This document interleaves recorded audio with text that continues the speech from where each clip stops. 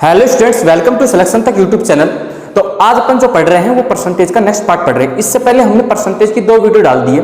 पहली है वो बेसिक फ्रैक्शन पे बनाई है, जिस पे आपको कैलकुलेशन बेस पे आपको उस पे मेहनत करनी है। दूसरा है जो हमने एक उन्हीं पे ही कुछ सवाल बनाए थे और उन्हीं पे ही आप फ्रैक्शन वाले सवाल हैं, उन्हीं पे भी एक मानी की कैलकुलेशन का पार्ट था। आज हम उन्हीं पे ही परसेंटेज वाले सवालों पे कुछ मेहनत कर रहे हैं, ठीक है। तो इस पे साथ साथ आप मेहनत करते रहिए ताकि आपको चीज़ें समझ में आएगी। ये है थोड़ा शुरू में इतना जरूर है कि मुश्किल लगेगा, लेकिन जब आप इस पे प्रैक्टिस करोगे, थोड़ी सी मेहनत करोगे, तो आपको इसमें बहुत आनंद आने वाला है। तो करते हैं भाई। आज का अपना जो सवाल है ये है 6 सही 1/4 के 6 सही 1/4 प्रतिशत के 1600 प्लस में 12.5% के 800 किसके बराबर है। आप देख रहे होंगे इस सवाल को देखते के साथ आपको कुछ याद आ रहा होगा कि आपने जब पहली वीडियो देखी होगी तो उसमें यही सारी बातें मैंने सिखाई थी कि 6 से 1/4 क्या होता है, 12.5% क्या होता है, 1/2 कितना होता है, 1/4 कितना है। तो उन्हीं से ये सवाल आपके एग्जाम में ऐसे ही बनते हैं। कैसे? अब जिस स्टूडेंट को 6 सही 1/4% का पता होगा वो इस पर तुरंत कार्रवाई करेगा। कैसे? सबसे पहले हमें मिला 6 सही 1/4%। एक 6 से 1/4% होता है वो होता है फ्रैक्शन में 1/16। दूसरा हमने डाटा मिला वो मिला भाई 12.5%, और 12.5% होता है 1/8।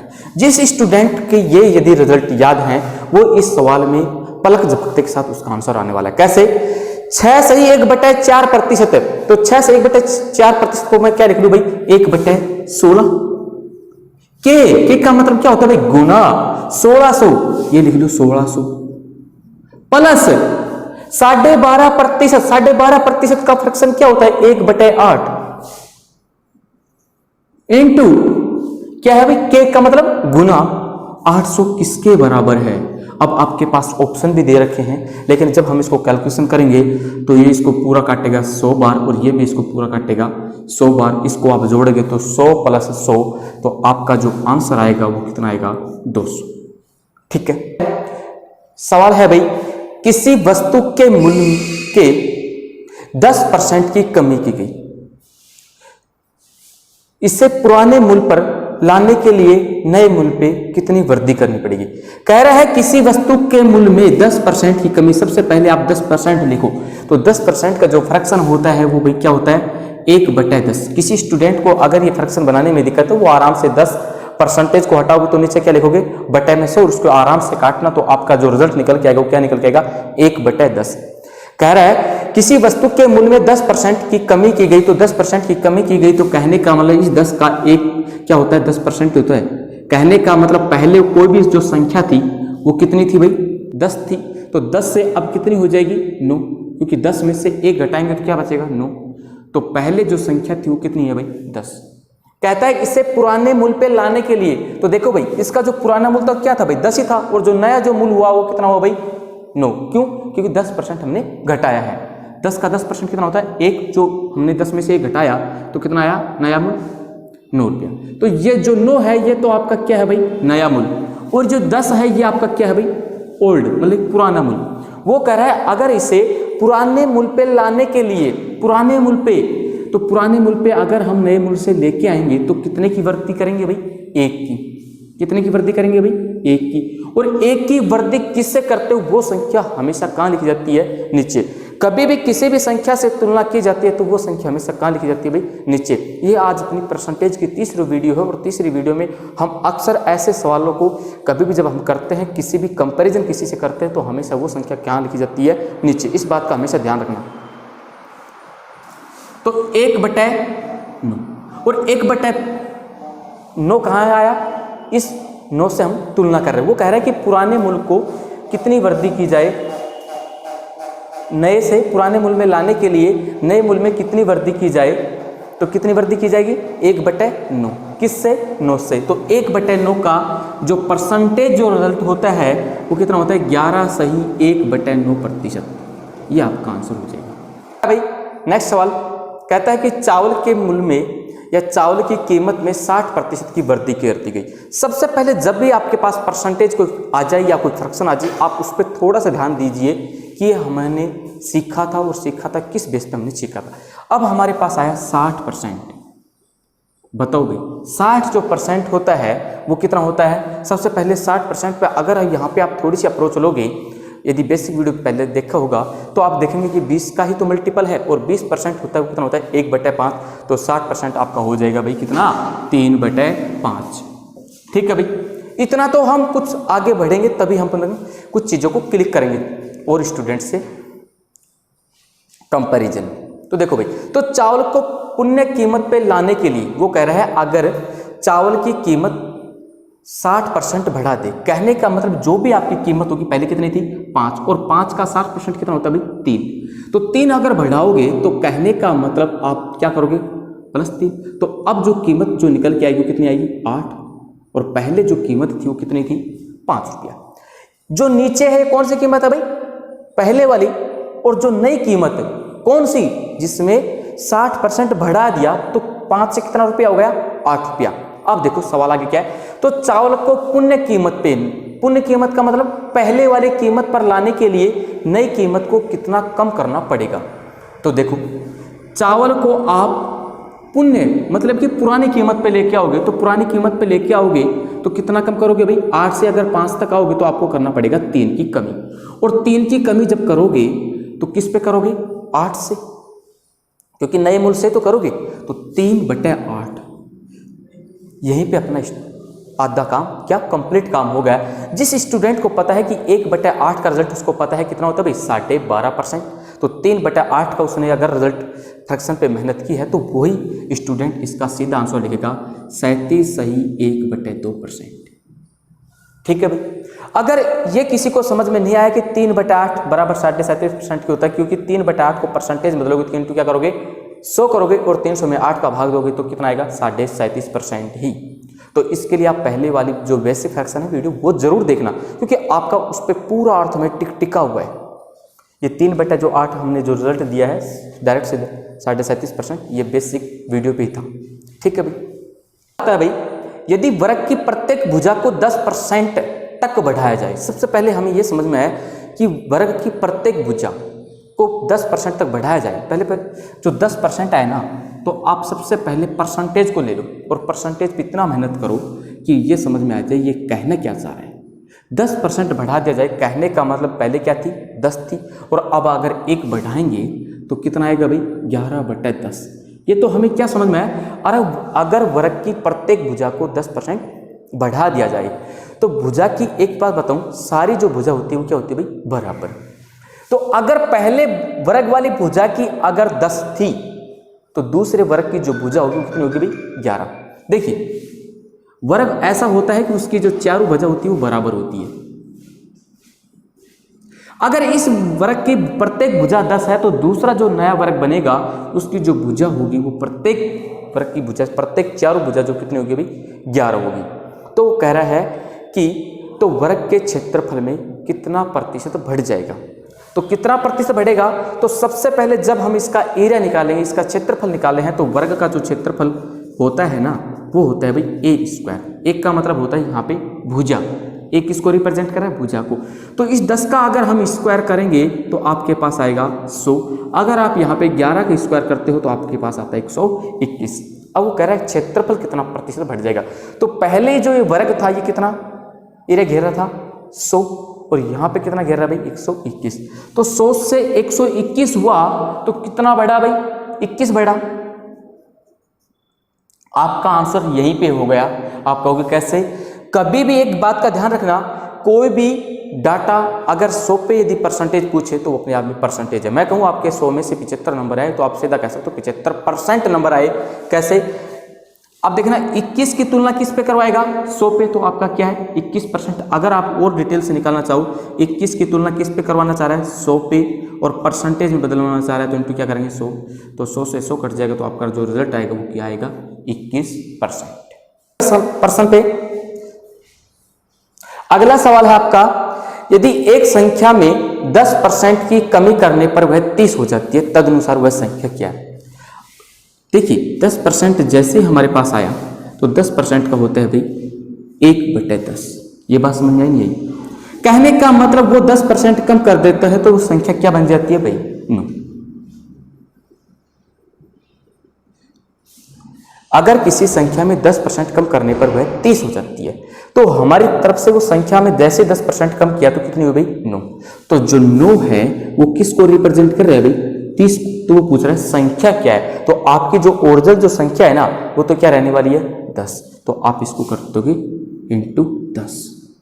आप करोगे 300 में किसका भाग दोगे भाई 9 का, तो 3 एकम 3, 3 तिया 9। आप दोगे 100 में 3 का भाग, तो आपके पास जो निकल के आएगा 33 सही 1/3 संख्या ही क्या 33/3 कैसे 100 में 3 का भाग दोगे तो 33 या 99 शेष में बचेगा 1/3। अगर चीनी की कीमत में 20% की वृद्धि होने पर 120 रुपए में 4 किलो चीनी कम मिलती है, तो चीनी का प्रति किग्रा प्रारंभिक मूल्य क्या होगा। इस सवाल में बहुत ही समझने की बात है। क्या है, एक चीज आपको ये समझना होगा कि जैसे ही चीनी की कीमत में वृद्धि होती है, वृद्धि होने के साथ चीनी की कीमत बढ़ेगी तो वो 4 किलो चीनी कम मिलता है। तो इसका मतलब उसका जो खर्चा है वो क्या रखता है भाई समान होता है। ये चीजें आपको माननी पड़ेगी। जैसे फॉर एग्जांपल के जरिए मैं समझा रहा हूं, वो चीनी कम क्यों खरीद रहा है, इसलिए खरीद रहा है क्योंकि उसे 20% चीनी में वृद्धि हो गई। एक एग्जांपल के जरिए समझा रहा हूं।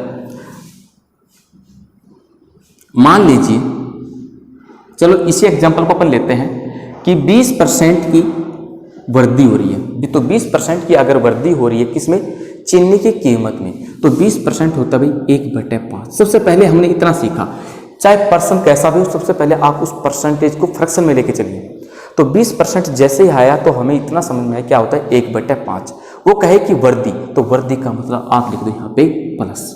अब कुछ कुछ चीजें हमें ऐसे समझ में आई, अगर कोई चीज पहले 5 थी तो आज कितनी हो जाएगी 6, यही समझ में आई। तो अब देखना, ये है आपकी प्राइस, और प्राइस को भी हम कह सकते हैं एक्सपेंडिचर। आप कहोगे ऐसा क्यों, क्योंकि प्राइस और एक्सपेंडिचर का जो रेशियो होता है वो हमेशा बराबर होता है। कहोगे क्यों, ऐसा क्यों। मैं कहूं कि अगर चीनी की कीमत 20% बढ़ जाए तो खर्चा जो आपका रहेगा वो कीमत के बराबर रहने वाला है। क्योंकि आज कीमत यदि 20% कहने का मतलब पहले अगर कीमत 5 रुपए थी और आज अगर कीमत 6 रुपए होती है, अगर आपको 10 किलो चीनी की जरूरत है तो 50 रुपए यहाँ पे खर्च होता पहले, लेकिन आज कितना होगा भाई 60 रुपए खर्चे। तो हमेशा जो आपका खर्चा आया और जो आपकी कीमत होती है वो हमेशा उनका रेशियो हमेशा बराबर होता है। तो पहले जो चीनी की कीमत थी वो कितनी थी भाई 5 रुपया, ठीक है। पहले जो चीनी की कीमत थी वो कितनी थी भाई 5 रुपया। आप कहोगे ऐसा क्यों, देखो 20% है तो 20% का मतलब पहले 5 थी, तो 5 से कितनी होगी 6। जैसे ही हमने 20% बढ़ाया तो चीनी की कीमत आज कितनी हो गई 6 रुपया।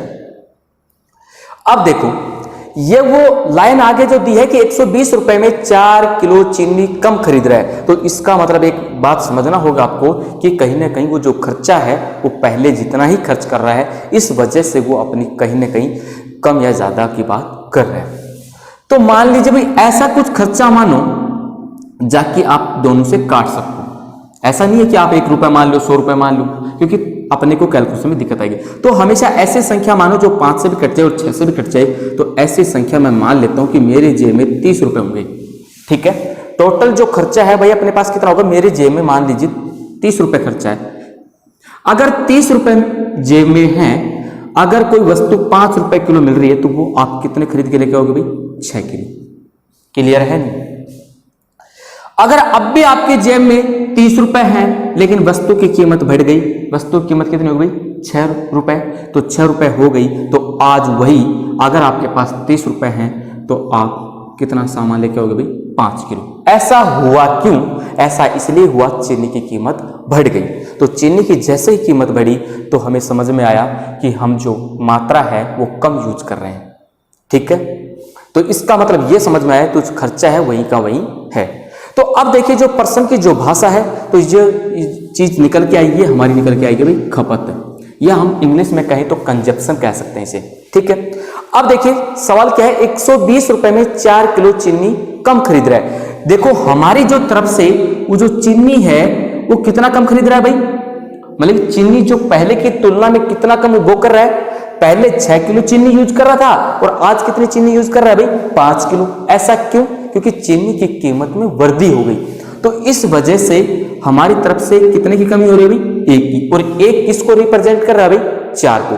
वो कह रहा है सवाल में कि नहीं 4 किलो चीनी कम हो रही है, जबकि हमारे यहाँ पे अगर हमें डाटा को यहाँ पे समझे तो हमारी तरफ से कितना कम हो रही है भाई, 4 किलो। तो अगर 1 यूनिट 4 को रिप्रेजेंट कर रही है, अगर 1 यूनिट 4 को रिप्रेजेंट कर रही है, तो वो कह रहे हैं कि प्रारंभिक मूल्य क्या होगा। तो प्रारंभिक जो मूल्य था ना हमारा, वो क्या था, पहले 6 यूनिट। कितना था, 6 यूनिट। आप कहोगे 5, ये तो भाई कीमत थी। और हम यूनिट जो पढ़ रहे हैं वो किससे पढ़ रहे हैं, 1 यूनिट। 1 यूनिट किसको रिप्रेजेंट कर रहा है भाई, 4 को। और वो पूछ क्या रहा है भाई, प्रारंभिक मूल्य। तो प्रारंभिक मूल्य का मतलब कितना होगा भाई, इंटू 6। तो आज के दिन जो हम यूज कर रहे हैं वो कितना कर रहे हैं भाई, 24 यूनिट। तो हम देख पाएंगे कि तो 120 रुपए में, 120 के हिसाब से 120 रुपए में 24 यूनिट, तो कितना खरीद पाएंगे भाई, 5 रुपए। ठीक है भाई। 1 यूनिट किसको रिप्रेजेंट कर रहे भाई, 4 किलो को। तो 6 जो किलो हम सामान खरीद रहे थे, तो हमारे पास कितना है भाई, 24 किलो। तो हम 120 रुपए में कितना सामान ले रहे हैं भाई, 24 किलो। तो 1 किलो जो सामान की जो कीमत है वो कितना है भाई, 5 रुपए। तो आपका ये जो आंसर हो जाएगा, तो चीनी का प्रति किग्रा प्रारंभिक जो मूल्य होगा ना, वो कितना होगा भाई, 5 रुपया। अगर वो आपसे यहाँ पे पूछ रहा था कि इसके बाद का जो मूल्य होगा, तो आप करते 6 पंजू नहीं 5 चौका 20 और 120 में आप किसका भाग देते भाई, 20 का। या क्या पूछा आपसे, प्रारंभिक मूल्य। तो प्रारंभिक जो मूल्य होगा ना, तो आपको कौन सी यूनिट लेनी है भाई, प्रारंभिक यूनिट लेनी है। ठीक है। तो प्रारंभिक खपत कितनी आपकी, 6। 1 यूनिट किसको रिप्रेजेंट किया, ध्यान समझना भाई, 4। तो 6 यूनिट किसको रिप्रेजेंट करेगा, 24। तो 120 आपका टोटल खर्चा था। ये कहां पे है भाई, सवाल में लिखा हुआ है। तो 120 आपका खर्चा है, जिसमें आप 24 केजी सामान ले रहे हो।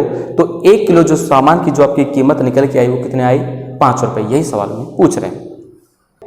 सेम डाटा यही है, लेकिन उसमें पहले वृद्धि थी, तो अब की बार क्या है भाई, कमी। वो कह रहा है चीनी के मूल्य में 20% की कमी कर दी जाए। तो देखो भाई 20% ही था, तो 20% का 1/5 होता है। तो 1/5 अगर पहले वृद्धि कह रहा था तो हमने यहाँ पे प्लस लिखा, अगर यहाँ पे कमी कह रहा है तो हम यहाँ पे क्या कर देंगे, माइनस। तो इसका मतलब ये हुआ, पहले अगर वो 5 रुपए में सामान खरीद रहा था, तो आज उसे कितना मिलेगा भाई, 4। तो ये बात तो पक्का है, कहीं ना कहीं वो आगे जब भी कुछ सामान लेगा तो उसको कुछ ना कुछ ज़्यादा ही मिलेगा। क्यों, वस्तु की जो कीमत है वो क्या हो रही है भाई, कम। तो सवाल में लिखा भी हुआ है कि 160 रुपए में वो अब 8 किलो चीनी ज़्यादा खरीद रहा है। कहने का मतलब पहले भी वो 160 रुपए खर्च कर रहा था, लेकिन अब जो 160 रुपए खर्च कर रहा है, तो उसे 8 किलो चीनी अधिक ज़्यादा यूज कर रहा है। तो देखो भाई, पहले उसकी जो सामान की कीमत थी वो कितनी थी भाई, 5 रुपये। कब की बात है ये, पहले की। और बाद में इस वस्तु की जो कीमत हुई ना, वो कितनी हुई, 4 रुपए। तो अब हम मान लेते हैं, आप कहोगे सर 160 रुपये खर्चा क्यों नहीं मान रहे, वो 160 रुपये दे रखा है। भाई हम तो एक यूनिट में पढ़ रहे हैं, तो यूनिट का मतलब 5 और 4 से जो भी संख्या कटने वाली है वो कितनी हो जाएगी भाई, 20 रुपये। मान लीजिए हमारी जेब में कितना था भाई, 20 रुपये ही खर्चा था। तो इसमें इसका भाग दोगे तो कितना आया भाई, 4। और 20 में 4 का भाग दोगे कितना आया, 5। पहले वाले सवाल को करने से और इस सवाल को करने से कुछ कुछ चीजें ऐसी समझ में आ रही है कि कहीं ना कहीं कीमत का उल्टा खपत तो नहीं होती है। खपत का मतलब ये होता है जो आप चीज उपभोग करते हो। ठीक है, आप कहोगे पहले आपने खपत लिखा था, तो उपभोग, खपत और इंग्लिश में कह दे इसको कंजप्शन, एक ही बात है।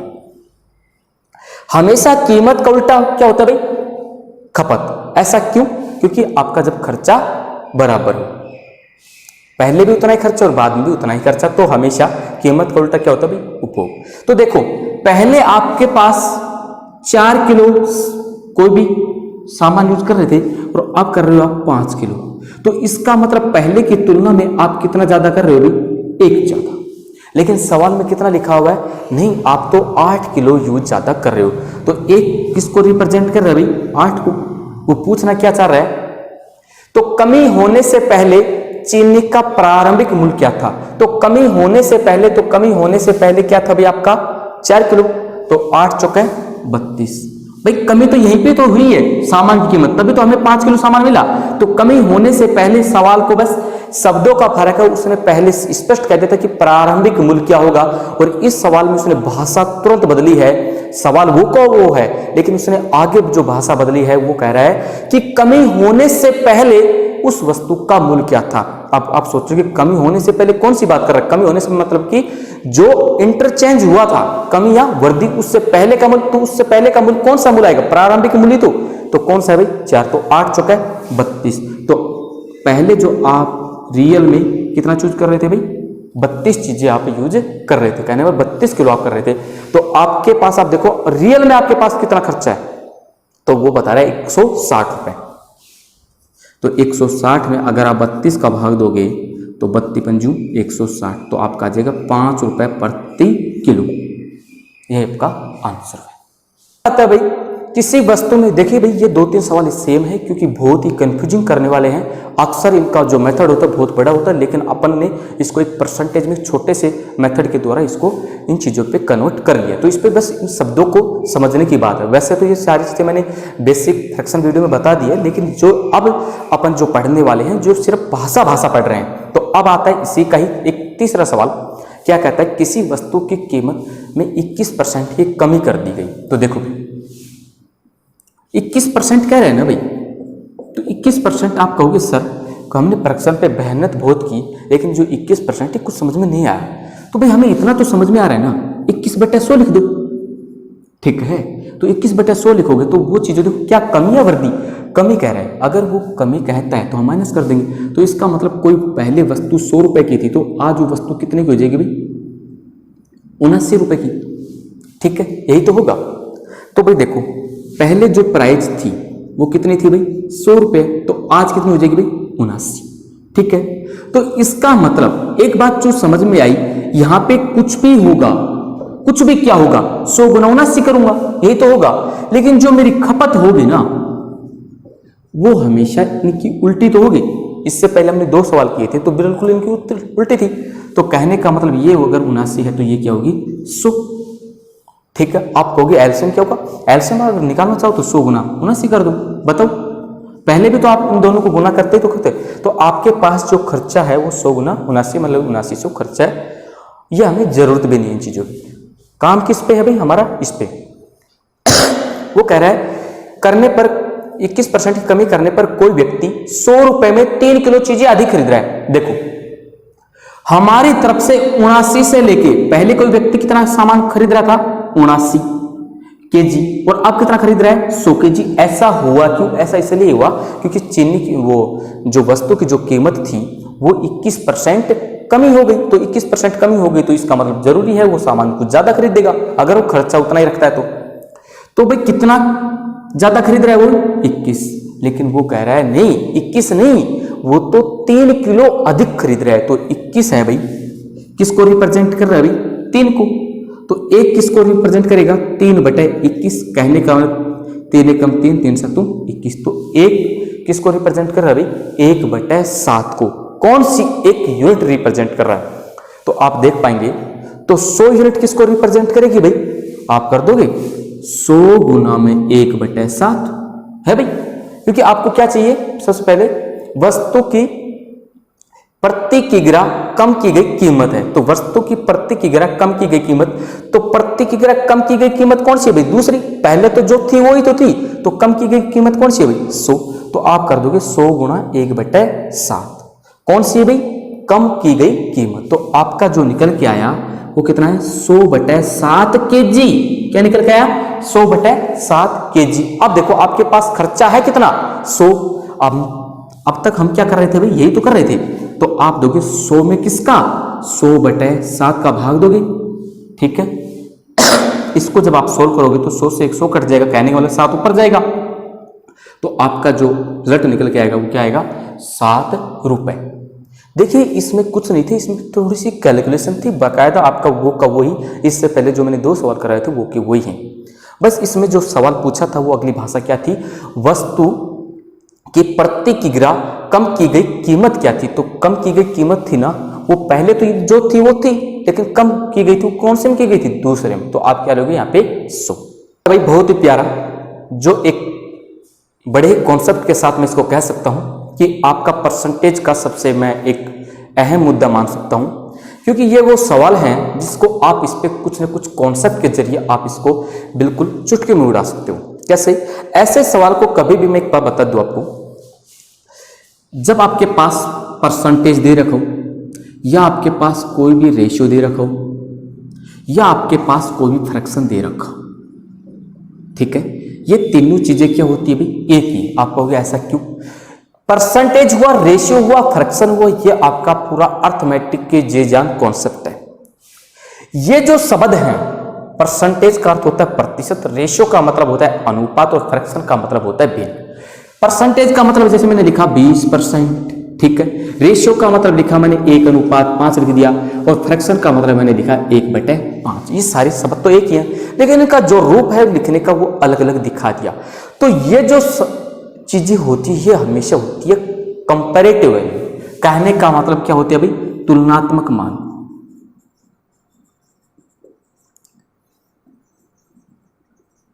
क्या होते हैं भाई, तुलनात्मक मान। अगर ये आपके पास है तो ये हमेशा क्या होता है, कंपैरेटिव वैल्यू। और कंपैरेटिव वैल्यू अगर है, और एग्जाम में अगर आपको परसेंटेज में ही रिजल्ट पूछे या आपको कंपैरेटिव में ही रिजल्ट पूछे, तो एक बात ध्यान रखना, no need to real value. तो कभी भी आपको ओरिजिनल वैल्यू लेने की आवश्यकता नहीं है। ये काम तो छोटा सा है, लेकिन आपको बहुत बड़े बड़े कॉन्सेप्ट से आपको इससे गुजरना पड़ सकता है। क्या आया समझ में? जब भी आपको परसेंटेज मिले सवाल में, या रेशियो मिले, या आपको फ्रैक्शन मिले, तो ये एक तुलनात्मक मान होते हैं। अगर ये तुलनात्मक मान है, या कोई भी कॉन्सेप्ट मान हो, तो या कंस्टेंट मतलब कि एक स्थिर मान हो, या एक्स वाई ऐसा कुछ मान हो, तो हमेशा, और रिजल्ट लास्ट में परसेंटेज में पूछे तो कभी भी आपको रियल वैल्यू लेने की आवश्यकता नहीं है। इसी कॉन्सेप्ट के साथ मैं अगला सवाल लेके आ रहा हूं, ठीक है। तो भाई इसको लिख लो आप। गांव की जनसंख्या 2500 है, जिसमें 1/5 स्त्रियां हैं और शेष पुरुष है। सवाल बस यहीं तक ही समझो आप कि एक गांव की जो जनसंख्या है ना, यहां पे लिख लेते भाई, टोटल पॉपुलेशन कितनी है भाई, 2500, ठीक है। उसने कहा है कि जिसमें 1/5, कहने का मतलब 1/5 का मतलब यही तो हुआ। अगर 5 टोटल जनसंख्या है तो एक क्या है भाई, स्त्री, फीमेल है, ठीक है। अब देखो, अगर टोटल 5 जनसंख्या है, ये क्या है भाई, एक यूनिट है। अगर 5 में से एक फीमेल है तो बचेगी क्या, 4 पुरुष बचेंगे। यही तो समझा इसका अर्थ। तो अगर 5 यूनिट किसको रिप्रेजेंट कर रहा है भाई, 2500 को, तो एक किसको रिप्रेजेंट करेगा भाई, भाग दे लेते हैं। तो 500 आपका क्या आया भाई, फीमेल, ठीक है। अब आपको क्या चाहिए, पुरुष। तो अगर 5 यूनिट 2500 को रिप्रेजेंट कर रहा है, तो 4 यूनिट की वैल्यू क्या होगी, तो आप इसमें भाग दोगे तो ये 500, और 500 दूनी 500 चौका 2000। ये आपके क्या आ गए भाई, पुरुष, ठीक है। अब मैं लिख लेता हूं यहां पे, ये तो है भाई आपका फीमेल। फीमेल कितनी है भाई, 500, और ये है आपका मेल। मेल है आपके 2000। सवाल की भाषा मैंने यहां तक पढ़ी और यहां तक मैंने काम किया। आगे देखो, और उनमें से 5% पुरुष, उनमें से 5% पुरुष। तो पुरुष कहां पे भाई, ये रहा। 2000 का 5% कितना होगा भाई, 100। भाई 2000 का 5% आप निकालोगे तो 2 जीरो काट दोगे तो 5 दूनी 10। तो ये इसका जो 5% जो आएगा वो कितना आएगा भाई, 100। तथा 40% स्त्रियां अशिक्षित हैं। 40% और 500 का जो 40% होगा ना भाई, 5 चौक 20 कहने का मतलब 200। ठीक है, ये क्या है अभी? अशिक्षित। देखिए भाई, टोटल जनसंख्या में 500 महिलाएं हैं और 2000 पुरुष हैं। आगे जो लाइन है कि 5% पुरुष क्या है? अनपढ़, मतलब कि अशिक्षित, और 40% जो महिलाएं हैं वो क्या है? अशिक्षित, मतलब वो भी अनपढ़। तो बच्चे क्या भाई? शिक्षित। तो आगे पूछ रहे तदनुसार कुल शिक्षित लोगों का, एक बात समझ में देखना कि क्या कहा आगे? कुल शिक्षित लोगों का। तो शिक्षित लोगों का मतलब कुल टोटल जनसंख्या पे ये प्रतिशत पूछ रहे हैं। तो शिक्षित लोग कहां से निकलेंगे भाई? तो 200 और 100 कितना होगा? 300। तो 300 अगर अनपढ़ हैं, एक शहर की जनसंख्या 2500 है, उसमें से अगर 300 लोग अनपढ़ हैं तो शिक्षित लोग कितने बचे भाई? निकाल दो, 2500 में 300 निकालोगे तो कितना आएगा भाई? 2200। तो 2200 तुलना किससे करवा भाई? टोटल जनसंख्या से। टोटल जनसंख्या कितनी है भाई? 2500। इनको अगर आप परसेंटेज में बदलोगे तो क्या करोगे? इंटू 100। तो 2 0 से 2 0 कटा, आप इसको आप भाग दोगे तो 25 चौके 100, 22 चौके 88। ये आपका रिजल्ट हुआ। आप कहोगे ऐसा कैसे काट दिया आपने? भाई मैं 2200 गुना 100 कर सकता हूं। ठीक है, तो 25 चौके 100, 22 चौके 88% आपका रिजल्ट आया। अभी मैंने थोड़ी देर पहले आपको एक चीजें बताई थी, जब आपको परसेंटेज दे रखा हो, जब आपको फ्रैक्शन दे रखा हो, या आपको रेशियो में यदि अगर सवाल दे रखा हो, तो कभी भी ऐसी ओरिजिनल वैल्यू की no need to real value, हमेशा इनकी कोई आवश्यकता नहीं होती। कैसे? सवाल को यहीं पे समझते हैं। उसने कहा है कि 1/5 महिलाएं हैं। अगर 5 टोटल जनसंख्या है तो जिसमें भाई 4 क्या हुई? मेल, या मैं कहूं 1 क्या हुई? फीमेल, और 4 जो हुए वो क्या बचे भाई? मेल। यही तो बातें समझ में आई। अब देखो, वो कह रहा है कि मेल का 5% और फीमेल का 40%। तो देखो, एक को 40% में लूंगा ना तो थोड़ा सा कैलकुलेशन में पॉइंट में जाएगी। तो क्यों ना, मेरी मर्जी है। अगर मैंने इसको 1 मान रखा है, अगर मैंने इसको 4 मान रखा है, तो क्यों ना मैं इसको 100 मान लूं, क्यों ना मैं इसको 100 मान लूं। आप कहोगे ऐसा क्यों? मन मर्जी है क्या? मन मर्जी नहीं है भाई। हमेशा इसका जो मान है ना, वो तो हमेशा 1:4 में रहा। ठीक है, तो 1:4 में मेरा मान रहना चाहिए। फिर भी आप इनके साथ चाहे कुछ भी करो। तो देखो, यहां पे 400 का अगर आप 5% यहां पे लोगे तो कितना आएगा भाई? यहां पे 20। ठीक है, अगर यहां पे आप 40% इस पे लोगे तो आपका कितना आया भाई? 40। ये क्या है भाई? अशिक्षित लोग। टोटल जनसंख्या कितनी हुई? ये हमारी तरफ से 100 थी और ये 400। तो टोटल मिलाए मेल और फीमेल को तो कितनी हुई टोटल जनसंख्या? 500। और 500 में से कह रहा है कि 40 तो महिला अनपढ़ है और 20 पुरुष अनपढ़ है। तो 40 और 20 60। तो 500 में से अगर आप 60 घटाओगे तो कितना आएगा भाई? 440 बटे 500। आप कहोगे 500 क्यों लिखा? क्योंकि हमारी तरफ से अब यहाँ पे जो जनसंख्या है वो कितनी है भाई? 500। इंटू क्या कर दो? 100 प्रतिशत में जब बदलते हो तो भाई 2 0 से 2 0 कटा, और इसमें आप भाग दोगे तो 5 8 40, फिर 5 8 40। तो आपका जो आया 88%। ठीक है भाई, आप चाहे इस तरीके से कर लो, चाहे आप इसको इस तरीके से कर लो। लास्ट जो सवाल है वो क्या है? यदि किसी वृत्त की त्रिज्या में 50% की वृद्धि कर दी जाए, ये भाई वो होता है वृत्त आपका। अगर इसमें वृत्त की त्रिज्या और यहाँ पे जो होते हैं ना बीच सेंटर से, और ये जहाँ पे रेखा मिलाते हो, ये होती है आपकी रेडियस।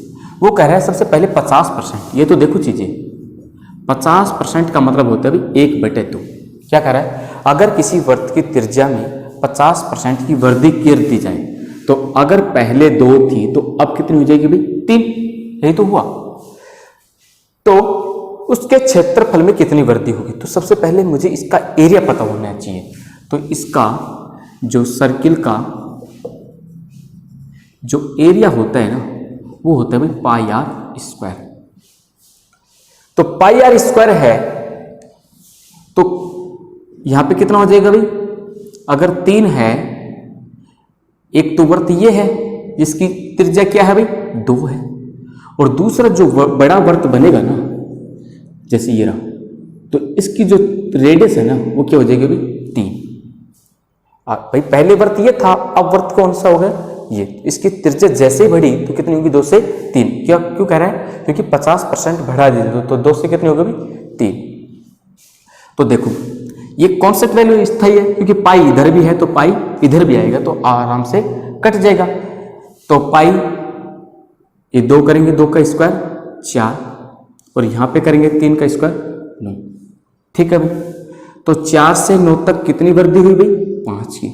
आप लोगों क्या पाई को पाई काट दिया, भाई मैंने अभी कहा था कि जब एक कांस्टेंट वैल्यू होती है, स्थिर वैल्यू होती है, तो पाई से पाई कट जाती है। यहाँ भी पाई आर स्क्वायर आएगा तो पाई से पाई कट जाएगी, तो यहाँ पे 4 का स्क्वायर करोगे, यहाँ पे आप 3 का स्क्वायर करते।